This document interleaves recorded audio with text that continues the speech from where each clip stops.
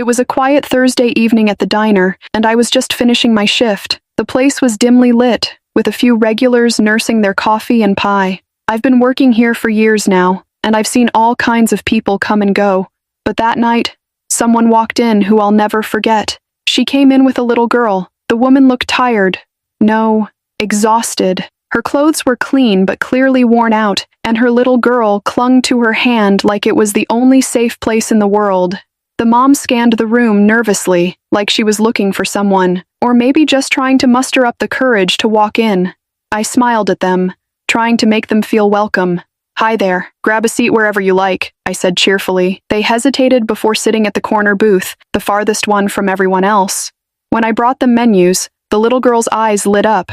"Mommy, can I have pancakes?" she asked excitedly. The mom's face tightened. She looked at the menu and then at me, her eyes filled with something I couldn't quite place.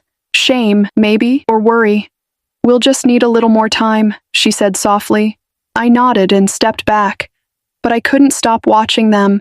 The mom kept looking at the menu, flipping it over and over, as if the prices might change if she stared long enough. The little girl, on the other hand, was just happy to be sitting there, swinging her legs under the table. When I went back to check on them, the mom gave me a faint smile. "I'll just have a coffee," she said. Then she turned to her daughter. "Sweetie, maybe just a small pancake, okay?" The girl's smile didn't falter, but I saw her eyes glance at the milkshakes on the menu before she nodded. "Okay, Mommy." I walked back to the kitchen with their order, but my heart ached. I knew what this was. I've been there myself, trying to make a little money stretch further than it ever could.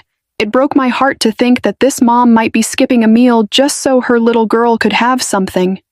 When their food was ready, I carried it over to their table.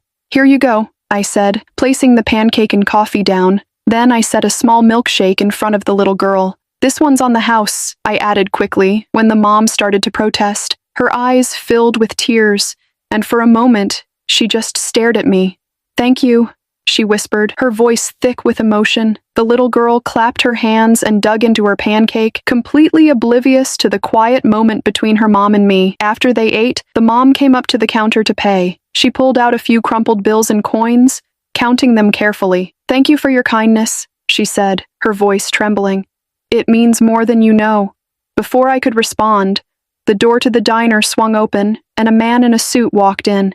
He looked around until his eyes landed on the mom. "There you are," he said, relief washing over his face. The mom turned to him, clearly surprised. "Mr. Howard, what are you doing here? You didn't show up at the office today, and you weren't answering your phone. I was worried," he said. Then he looked at me. "I'm sorry, who are you?" The mom quickly explained that she'd been laid off recently and was looking for work. Turns out, Mr. Howard wasn't just her former boss. He was the owner of a major company in town. He looked at her, then at the little girl, and then back at me. "You've always been one of the hardest workers I know," he said to the mom. "If you need help, you should have just asked." The mom looked down, clearly embarrassed. "I didn't want to be a burden," she said quietly. Mr. Howard shook his head. "You're not a burden, you're family." Then he turned to me and smiled. "Thank you for taking care of her tonight." Before they left, Mr. Howard handed me his business card. "If you ever need anything, don't hesitate to call," he said. I watched as he walked out with the mom and her little girl, promising to help her get back on her feet. I stood there for a long time after they left, thinking about how small acts of kindness can ripple into something much bigger. I didn't do much. I just gave a little girl a milkshake and her mom a moment of peace. But sometimes that's all it takes to change someone's life. And sometimes it changes yours too. The mom's face tightened. She looked at the menu and then at me, her eyes filled with something I couldn't quite place. Shame, maybe, or worry. "We'll just need a little more time," she said softly. I nodded and stepped back, but I couldn't stop watching them. The mom kept looking at the menu, flipping it over and over, as if the prices might change if she stared long enough. The little girl, on the other hand, was just happy to be sitting there, swinging her legs under the table. When I went back to check on them, the mom gave me a faint smile. "I'll just have a coffee," she said. Then she turned to her daughter. "Sweetie, maybe just a small pancake, okay?" The girl's smile didn't falter, but I saw her eyes glance at the milkshakes on the menu before she nodded. "Okay, Mommy." As I stood there, watching them leave, a strange warmth spread through my chest. I didn't know all the details of her story, but I could feel the weight of her struggles and the hope in that moment. It reminded me why I loved working at the diner, not because it was glamorous or paid much, but because it gave me a chance to connect with people when they needed it most. The next day, I was back at the diner for my morning shift. It was business as usual, regulars ordering their coffee, families stopping in for breakfast, but I couldn't stop thinking about the mom and her little girl. I hoped Mr. Howard kept his promise, and that things would start looking up for her. Just as I was about to clear a table, the door jingled. I turned around, and to my surprise, there she was, the mom, walking in with her little girl, and this time, she didn't look so weighed down. She was smiling. "Hi," she said softly, coming up to the counter. "I just wanted to thank you again for last night." "You didn't have to come back," I said, smiling, "but it's really good to see you." She nodded and took a deep breath. "I wanted you to know, Mr. Howard called me this morning. He offered me a new position at his company, something even better than what I had before. He said it was about time someone recognized my hard work."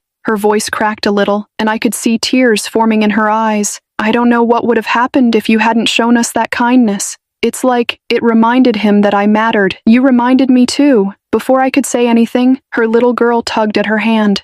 "Mommy, can I tell her?" The mom smiled and nodded. The little girl looked up at me with big, bright eyes.